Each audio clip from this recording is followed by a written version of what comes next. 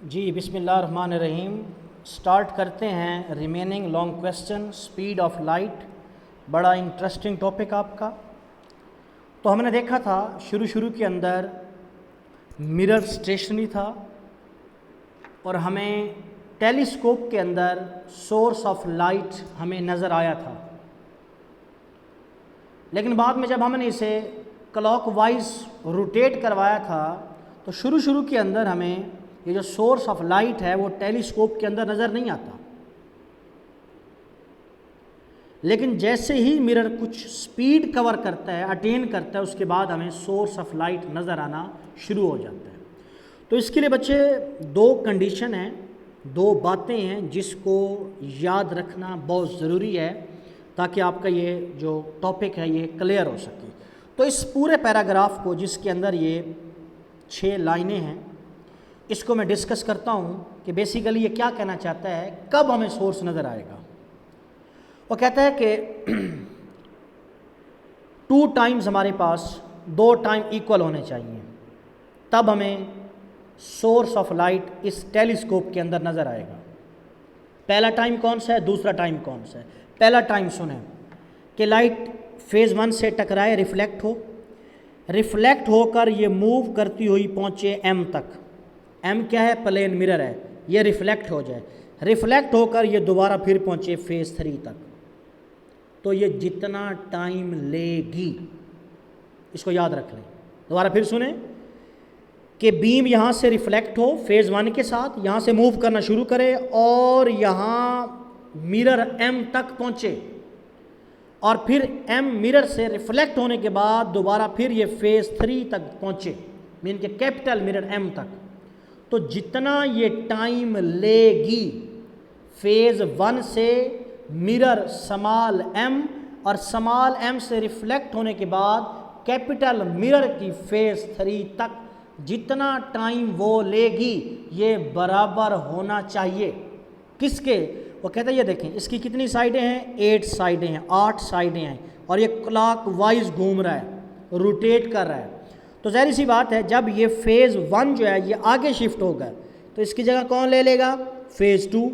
और जब फेज़ 2 आगे मूव करेगा इसकी जगह कौन ले लेगा, फेज़ 3।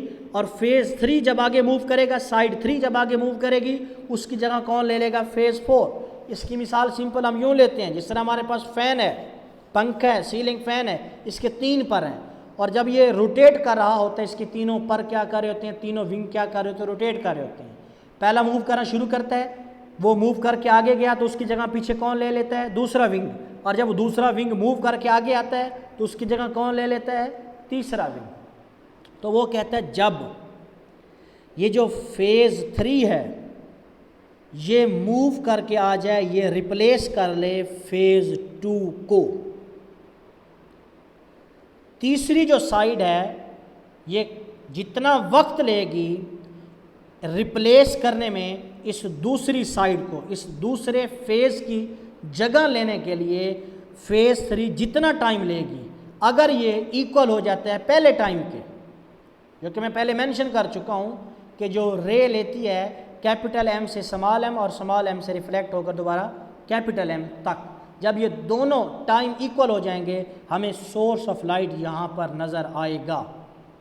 और इसको रीड करते हैं, this happen when time taken by light, जब लाइट टाइम लेती है in moving from capital M to small m and back to M। ज़ाहिर सी बात है M से जाएगी स्मॉल m तक, फिर स्मॉल m से रिफ्लेक्ट होकर कैपिटल M तक, is equal to time taken. और ये वाला वक्त किसके बराबर होना चाहिए, by phase 2 to move to the position of phase 3, कि दूसरे के बाद किसकी पोजीशन आ जाए, तीसरे की पोजीशन आ जाए, कि 2 के बाद किसकी बारी है, साइड 3 की।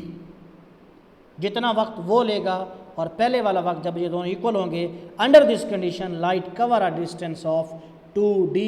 और लाइट कितना कवर कर लेगी, डिस्टेंस 2d। ज़ाहिर सी बात है क्योंकि हमें मालूम है m और स्मॉल m के दरमियान डिस्टेंस कितना है, d। जब लाइट यहाँ से यहाँ तक आएगी कितना फासला तय करेगी, d। जब ये दोबारा फिर वापस जाएगी तो एक और d, तो d plus d 2d।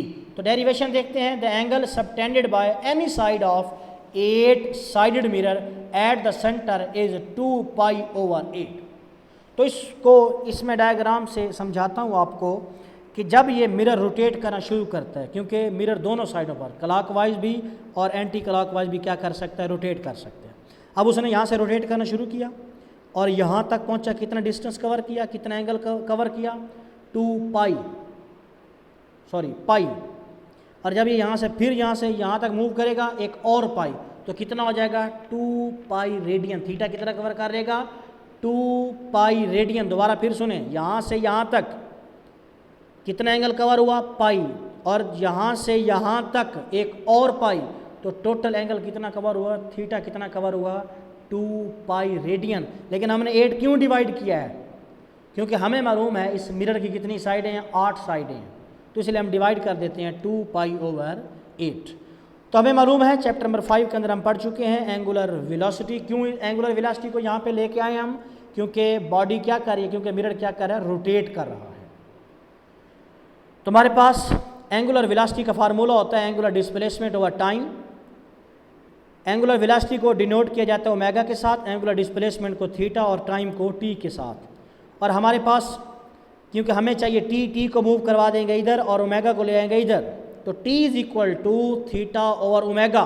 T is equal to theta over omega. Theta की वैल्यू है हमारे पास 2π/8 और ओमेगा की वैल्यू क्या किसके बराबर होती है, चैप्टर नंबर 7 के अंदर हम पढ़ चुके हैं 2πf के। Omega is equal to 2πf के, दोनों वैल्यू उठाएंगे और इधर पुट कर देंगे इस जगह पे।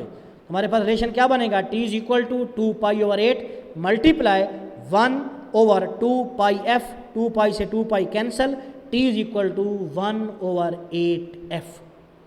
और उसके बाद time taken by light for its passage from m to small m then back, कि जब लाइट m से कैपिटल M से मूव करना शुरू करती है, स्मॉल m तक आती है, स्मॉल m से दोबारा फिर बड़े m तक जाती है, तो वो कहता है स्पीड किसके बराबर होती है, हमें मालूम है, हम 9th 10th के अंदर पढ़ चुके हैं, डिस्टेंस ओवर टाइम।